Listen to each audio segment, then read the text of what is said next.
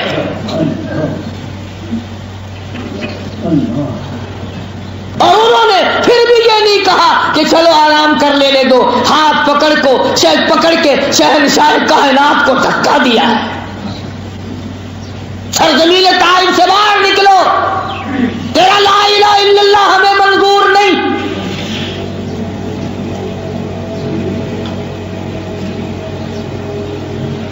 1,24,000 نبیوں کے ساتھ نہ تو کسی کا مکان کا جھگڑا پڑا، نہ دکان کا جھگڑا ہوا، نہ زمین کا جھگڑا ہوا، نہ روپے پیسے کا جھگڑا، نہ رشتے ناطے کا جھگڑا، ایک جھگڑا چلا ہے آدم علیہ السلام سے لے کر محمد عربی صلی اللہ علیہ وسلم کی ذات تک، اور وہ جھگڑا ہے لا الہ الا اللہ کا۔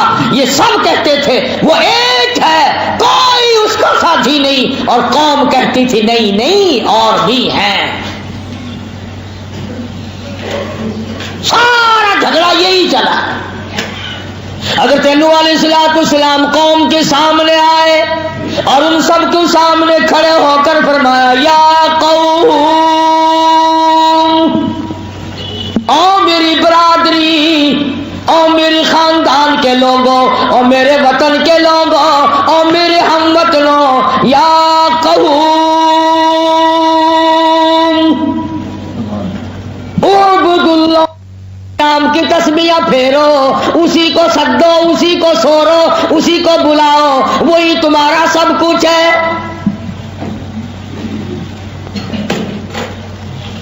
آگے سے قوم نوح علیہ السلام، دیکھو ایک طرف پیغام ہے پیغمبر کا، نبی کا، اللہ کا پیغام ہے، زبان نبی کی ہے، حکم خدا کا ہے، اور قوم آئی، قوم کہنے لگی یا نوح لیس بی ضلالۃ، پتہ چل گیا تیرا پاگل ہے، ساری قوم کدھر جا رہی ہے، تو اکیلا کدھر چلا ہے؟ نوح علیہ السلام نے فرمایا مجھے اللہ نے تاج نبوت پہنایا ہے، میں نبی ہوں، اللہ کا پیغمبر ہوں، اللہ کا رسول ہوں، خدا کا پیغام تمہیں دے رہا ہوں، وَلَٰكِنِّي رَسُولٌ مِّن رَّبِّ الْعَالَمِينَ،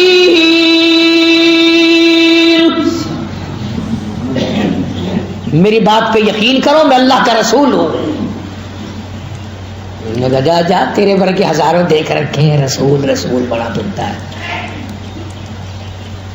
اور کوئی اللہ کو نہیں ملا رسول بنانے کے لیے، تیرے جیسا غریب رہ گیا، اور یہی تانا ملا آمنہ کے در یتیم جناب رسول کریم صلی اللہ علیہ وسلم کو۔ قرآن ہے، قرآن کریم، میری تو ہر وقت دعا ہے اللہ کرے تمہارے گھروں میں قرآن بس جائے، تمہارے دلوں میں بس جائے، تمہاری اولاد کی زبانوں پہ بس جائے۔ خدا کی قسم باوضو ممبر پہ بیٹھا ہوں، میری تو تمنا ہے تیری زبان ہو، کلام خدا ہو، تلاوت ہو رہی ہو اور دنیا سے روانگی ہو رہی ہو، پھر تو آئے گا نا مزہ۔ اس حالت میں موت آئے مگر بڑا مشکل ہے، ہم نے عادت ہی نہیں بنائی، ہم نے وہ عادت بنائی۔ اللہ اکبر، اللہ اکبر۔ خداوند کریم کی نبی حضرت محمد کریم صلی اللہ تعالی علیہ وسلم کے بارے میں مشرکین مکہ نے یہی اعتراض کیا، وقالوا لولا نزل هذا القرآن على رجل من القريتين عظيم۔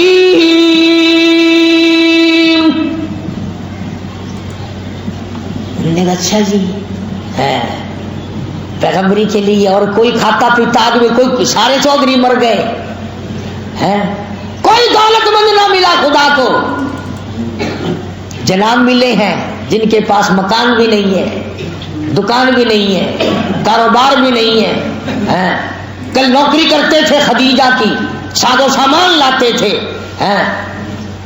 ماں کے پیٹ میں ابا فوت ہو گیا، گھٹنوں کے بل چلے تو اماں فوت ہو گئی، 8 سال کی عمر تھی تو دادا جواب دے گیا، جوانی آئی تو بے شمار رشتے دار فوت ہو گئے، تیرے سوا اور خدا کو نبی بنانے کے لیے کوئی نہیں ملا،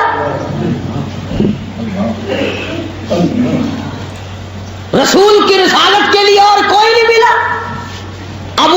اتنا بڑا آدمی ہے، ابو جہل اتنا بڑا آدمی ہے، امیہ ابن خلف سردار ہے، اور اسی طرح سے عتبہ ہے، ولید ابن مغیرہ ہے، یہ بڑے بڑے کافر بدماش اتنے ہیں، کوئی نہیں ملا اللہ کو نبی بنانے کے لیے، ایک تو ہی ملا جس کے یہاں روٹی بھی نہیں،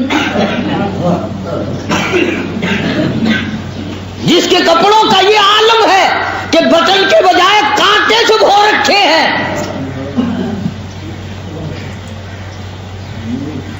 اعتراض کیا ہے محمد عربی صلی اللہ علیہ وسلم پر مکے والوں نے۔ آج تم بھی تو، تم کون سے کم ہو؟ بڑے بڑے اعتراض کرتے ہو بیٹھ کر، مولوی بڑے پھرتے ہیں، انہوں نے کی پتا، انہوں کا کم ہے نکاح پڑھانا تے مردے نو آنا، فالتو گلا کیوں کرتے رہے؟ اسی ٹھیکے اسی ٹنڈر بھرے ہوئے مردے نو آون دے، پیو تیرا مرے نو آئیے اسی کیوں؟ جائیداد تو سانبھے، مڈی تیری ساری، مکان تیرا، دکان تیری، مربع تیرا، باغ تیرا، اور ساری رات روندے اسی پھریے کیوں؟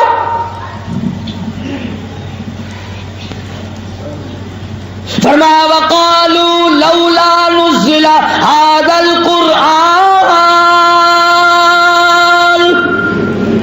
على رجل من القريتين عظيم،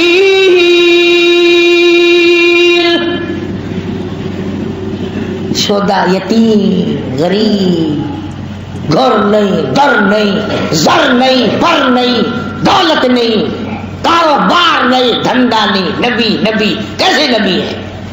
خدا نے فوراً فرمایا اہم یقسمون رحمت ربک، او مکے کے چودھریوں، سرداروں، اور بڑے بڑے گرو گھنٹالوں، اور بڑے بڑے گبروں، یہ بتاؤ میری رحمت کو تقسیم کرنے والے تم کب سے بن گئے؟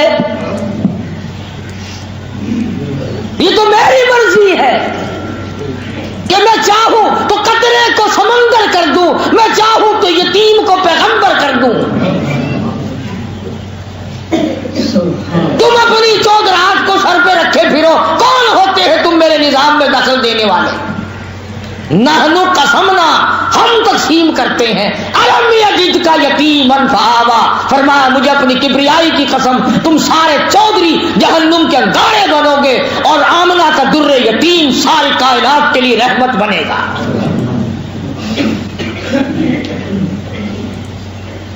یہ ہے اعتراضات جو اس وقت حضور کریم صلی اللہ علیہ وسلم پہ بھی کیے گئے۔ جناب سیدہ خدیجہ رضی اللہ تعالی عنہا کے ساتھ جب حضور کریم صلی اللہ علیہ وسلم کا نکاح ہوا ہے تو خطبہ ابو طالب نے پڑھا، خطبہ ابو طالب نے پڑھا حضور کے چچا نے، اور اس میں یہ لفظ موجود ہے، وہ خطبہ کتابوں میں موجود ہے، حضرت علی کے والد ابو طالب نے جو خطبہ پڑھا ہے نکاح کا، اس میں یہ لفظ ہے ابو طالب کے، اگرچہ آج میرا بھتیجا نادار ہے، غریب ہے، مفلس ہے، مسکین ہے، مکان والا نہیں، دکان والا نہیں، کاروبار والا نہیں، دھندے دولت والا نہیں، سونے چاندی والا نہیں، ابو طالب کہتا ہے وہ وقت دور نہیں کہ پوری کائنات کی دولت میرے بھتیجے کے قدموں میں ہوگی۔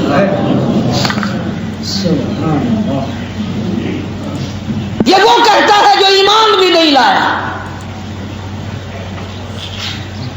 چنانچہ نکاح ہوتے ہی حضرت خدیجہ رضی اللہ تعالی عنہا مکے کی بہت بڑی رئیسہ تھی، مکے کی بہت بڑی دولت مند مائی تھی، اس نے قربانی دی، ٹھیک ہے عورت بنی تھی نا، لیکن واہ فاطمہ کی اماں، پیغمبر کی گھر والی قربان جاؤں، سامنے آئی اور کہا کالی کملی والے اب تک آپ نے جو کام کیا میرے کاروبار کا ملازم کی حیثیت سے، آج کے بعد اس مکان کا، اس مال کا، میری جان کا، میری آن کا، میری عزت کا، میری آبرو کا، میرے ایک ایک بال کا، ساری دولت کا آج کے بعد خدیجہ مالک نہیں بلکہ محمد مصطفیٰ مالک ہے۔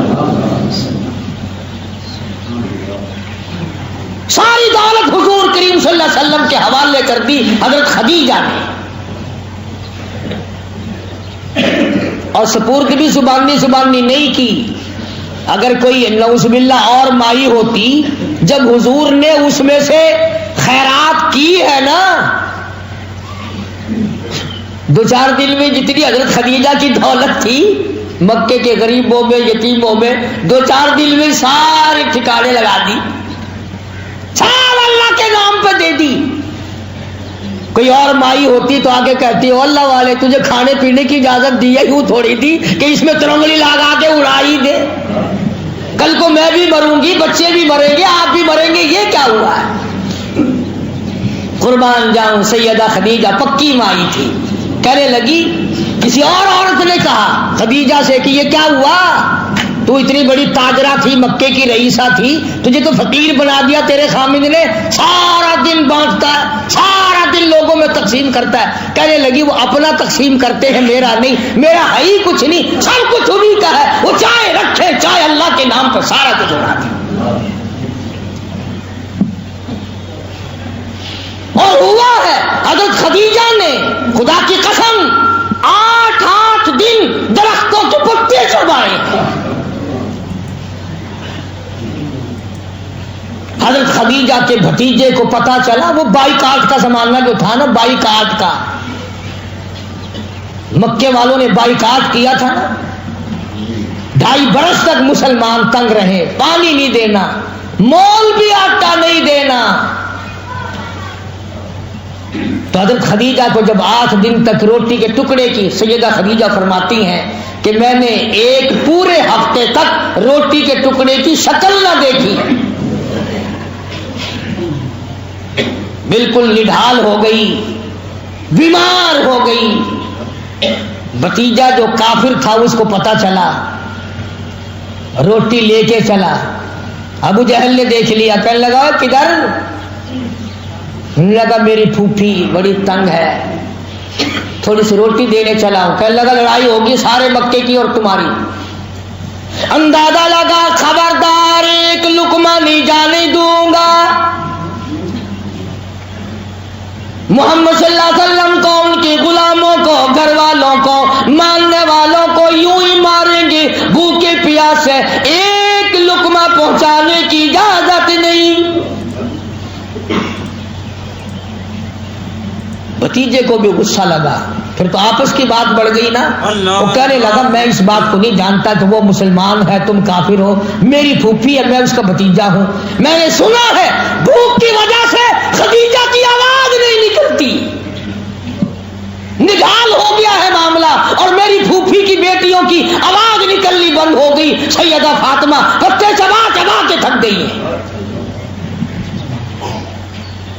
بس اس پر پھر جھگڑا ہوا ہے مشرکین مکہ کا، اور وہ بائیکاٹ پھر ختم ہوا ہے۔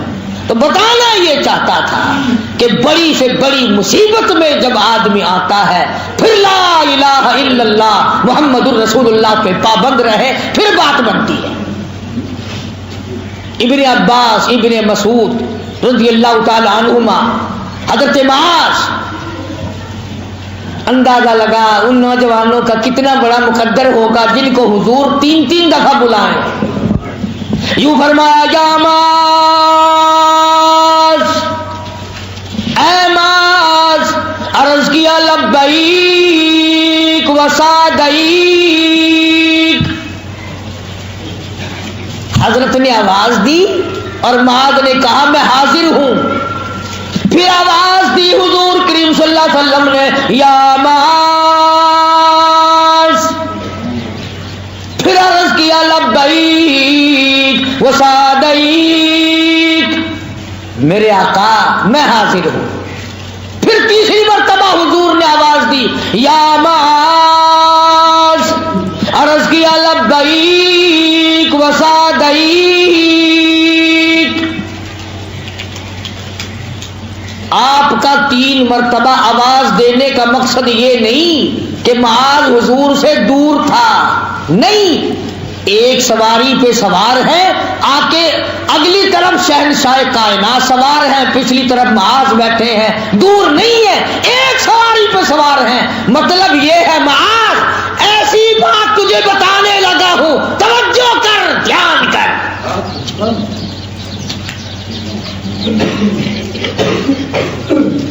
یعنی جب خاص بات آپ نے کسی سے بتانی ہو نا تو پھر کہا کرتے ہو نا کیوں بھائی سن رہے ہو نا کہ جی ہاں سن دے پائے ہو کہ ہاں سن دے پائے ہیں کان میرے بل کرو توجہ کرو سن دے پائے ہو کیا سن دے پائے ہیں حضور کریم صلی اللہ علیہ وسلم نے حضرت معاذ کو 3 مرتبہ آواز دی اور اس نے 3 مرتبہ جواب دیا چوتھی مرتبہ فرمایا اے معاذ لا تشرک باللہ اللہ کی ذات میں صفات میں کسی کو شریک نہ بنانا کسی کو شریک نہ ٹھہرانا ان قتلتا او حرکتا او کما قال النبی صلی اللہ علیہ وسلم توجہ کرو فرمایا اے معاذ اللہ کی ذات میں کسی کو شریک نہ بنانا چاہے تجھے قتل کر دیا جائے تیرے ٹوٹے ٹوٹے کر دیے جائیں تجھے آگ میں جلا دیا جائے تجھے سولی پہ چڑھا دیا جائے خدا کے سوا کسی کو کارساز نہ ماننا اور آج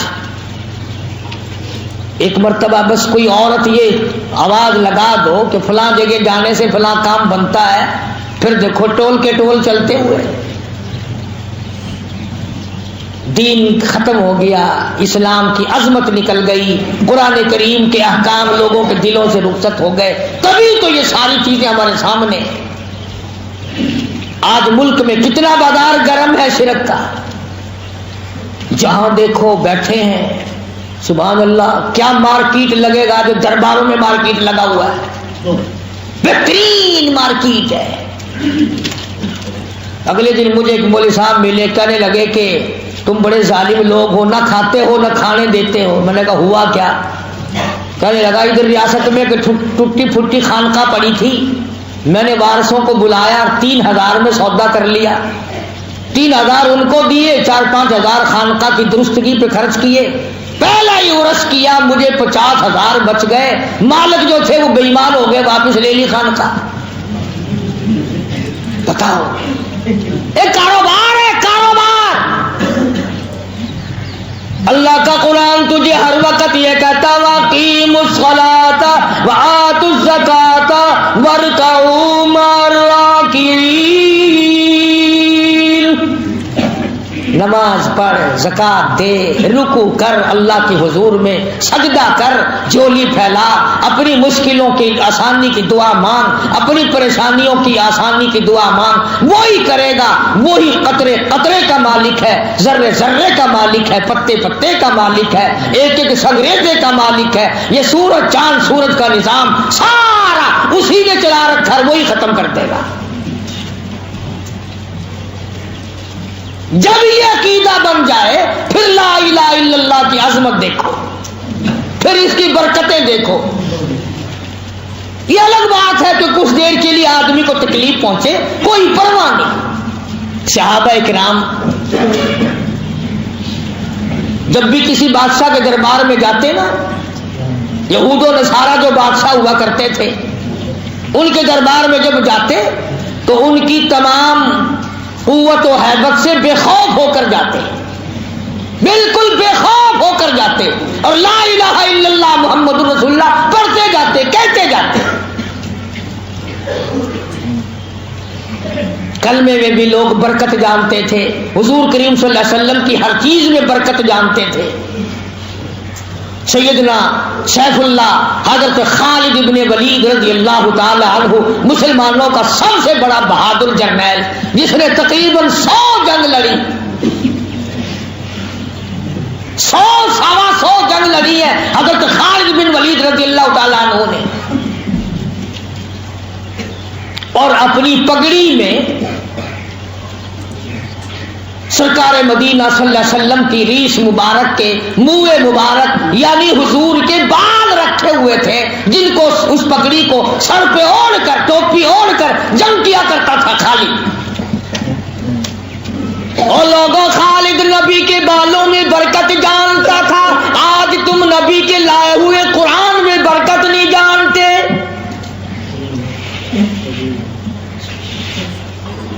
ایک موقع پر مدینے پاک میں سب لوگ سوئے ہوئے ہیں حضرت ابو عبیدہ بن جرہ رضی اللہ تعالی عنہ کو خواب میں حضور کریم صلی اللہ علیہ وسلم کی زیارت ہوئی تو آپ نے فرمایا ابو عبیدہ تم سوئے ہوئے ہو اور میرا خالد گھیرے میں آ گیا کافروں کے،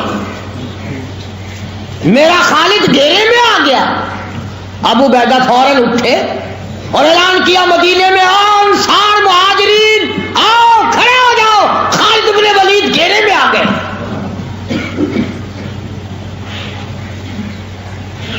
عورتیں بھی نرالی تھی بھائی اس زمانے کی، حضرت خالد کی بیوی نے بھی آواز سنی،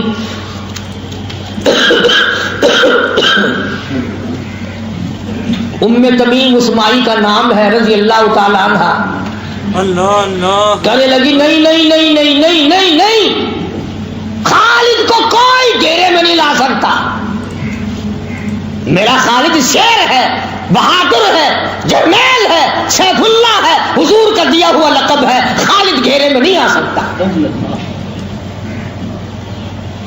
پھر اپنے مکان میں یوں کھڑی ہو کر دیکھنے لگی، دیکھتی کیا ہے وہ ٹوپی گھر میں ہے،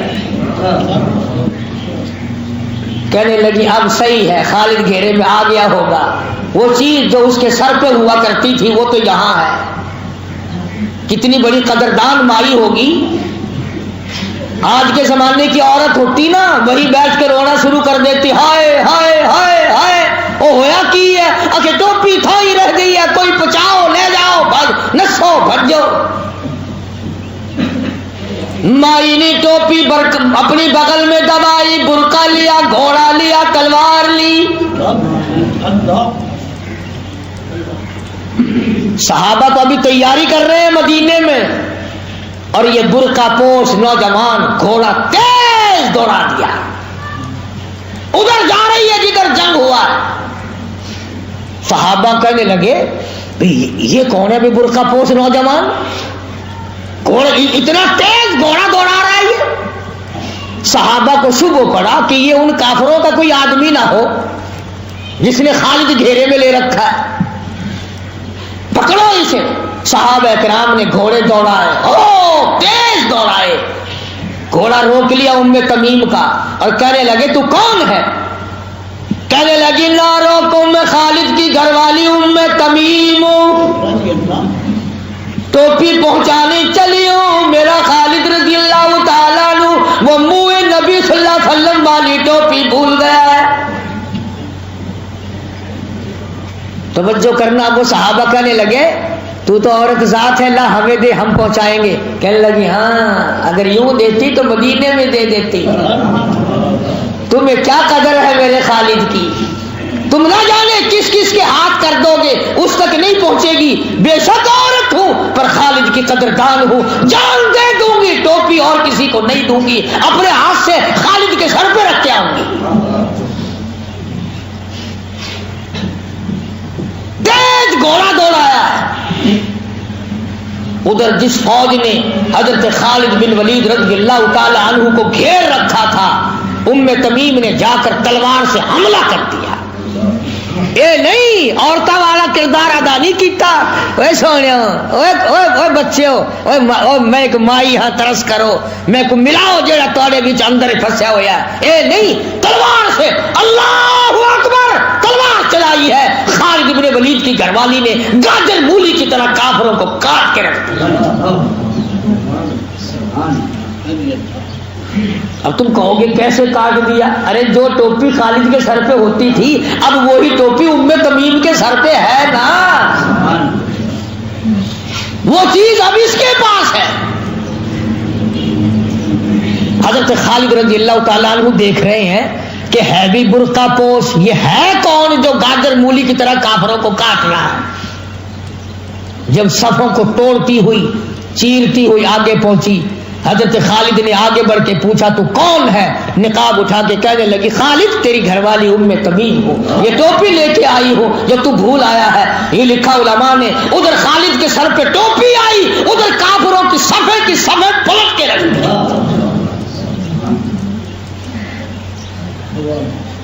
آج مسلمان پوری دنیا میں مار کھا رہا ہے، کوئی اس کا پرسان حال نہیں۔ پہلے نمبر تو یہ کہ اس کا قرآن سے یقین اٹھ گیا، اب تو مسلمان بھی یہ کہتے ہیں نا کہ کنجریوں کو لاؤ جنگ کے موقع پہ، وہ گیت گائیں گی تو نوجوانوں کا خون گرم آئے گا، یعنی کنجریوں کے بغیر تیرا خون گرم نہیں ہوتا، کنجری گائے تو نوجوان آگے بڑھتا ہے۔ ورنہ قرآن کریم تو یہ کہتا ہے کہ انفروا فی سبیل اللہ، آؤ میدان میں، آؤ نکلو میدان میں، اللہ اور اس کے رسول کے دین کو لے کر کے چلو، نماز کی تبلیغ کرو، کلمے کی تبلیغ کرو، حرام کھانے سے بچنے کی تبلیغ کرو، لوگوں کو بتاؤ، ارے لوگوں ایک دن ہے تمہاری تمام کائنات ختم ہو جائے۔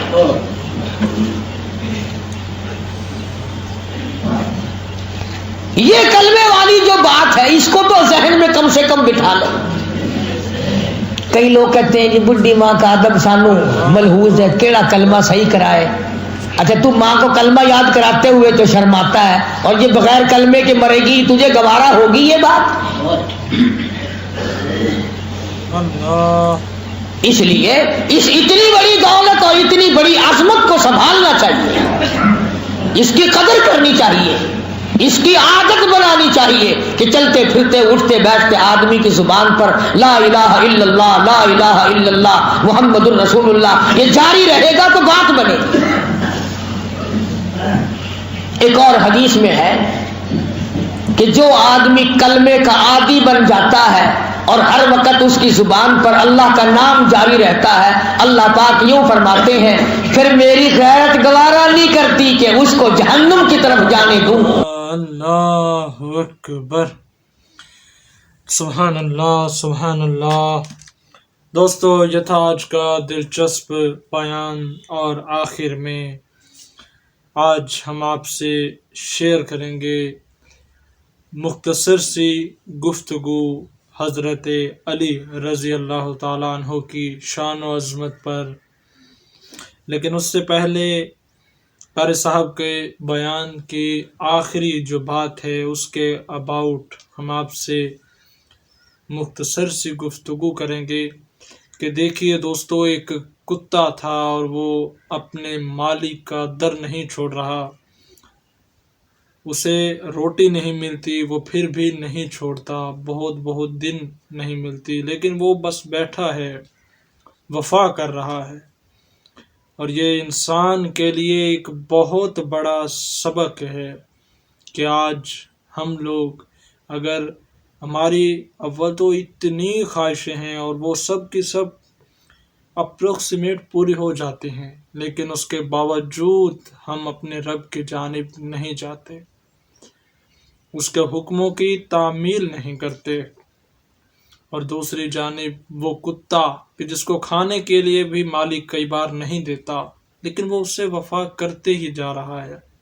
اور ایک انسان ہے، ایک انسان جس کے پاس علم بھی ہے، جو جانتا بھی ہے سب کچھ، اسے سب کچھ اللہ پاک دیے جا رہا ہے، لیکن وہ اپنے رب کی طرف ذرا بھی راغب نہیں ہوتا، ذرا بھی توجہ نہیں دیتا۔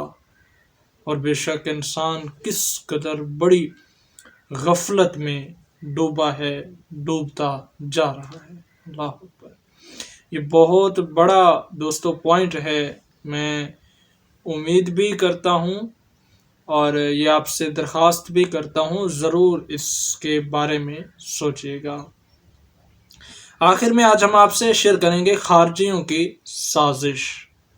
3 خارجی یعنی عبد الرحمن بن ملجم، برق بن عبداللہ اور عمرو بن بکیر مکہ معظمہ میں جمع ہوئے اور آپس میں یہ فیصلہ کیا کہ ہم تینوں آدمی، 3 افراد، حضرت علی بن طالب، معاویہ بن ابی سفیان اور عمرو بن عاص کو قتل کر دیں گے۔ چنانچہ ابن ملجم نے حضرت علی رضی اللہ تعالیٰ عنہ کو، برق نے حضرت امیر معاویہ کو رضی اللہ تعالیٰ عنہ کو، اور عمرو بن بکیر نے حضرت عمرو بن عاص رضی اللہ تعالیٰ عنہ کو ایک ہی معین تاریخ پر قتل کرنے کا عہد کیا، اور یہ تینوں بدبخت ان شہروں کو روانہ ہو گئے جہاں جہاں ان کو اپنے اپنے نامزد کردہ شخص کو قتل کرنا تھا۔ ان میں سب سے پہلے ابن ملجم کوفہ پہنچا، وہاں خارجیوں سے رابطہ کر کے ان پر اپنا ارادہ ظاہر کیا کہ وہ 17 رمضان 40 ہجری کی رات میں حضرت علی کو شہید کریں گے۔ استغفر۔ امام صدی فرماتے ہیں کہ ابن ملجم ایک خارجیہ عورت پر عاشق ہو گیا تھا جس کا نام کاتام تھا۔ اس نے اپنی مہر 3000 درہم، ایک غلام، ایک باندی اور حضرت علی کا قتل رکھا تھا۔ استغفر۔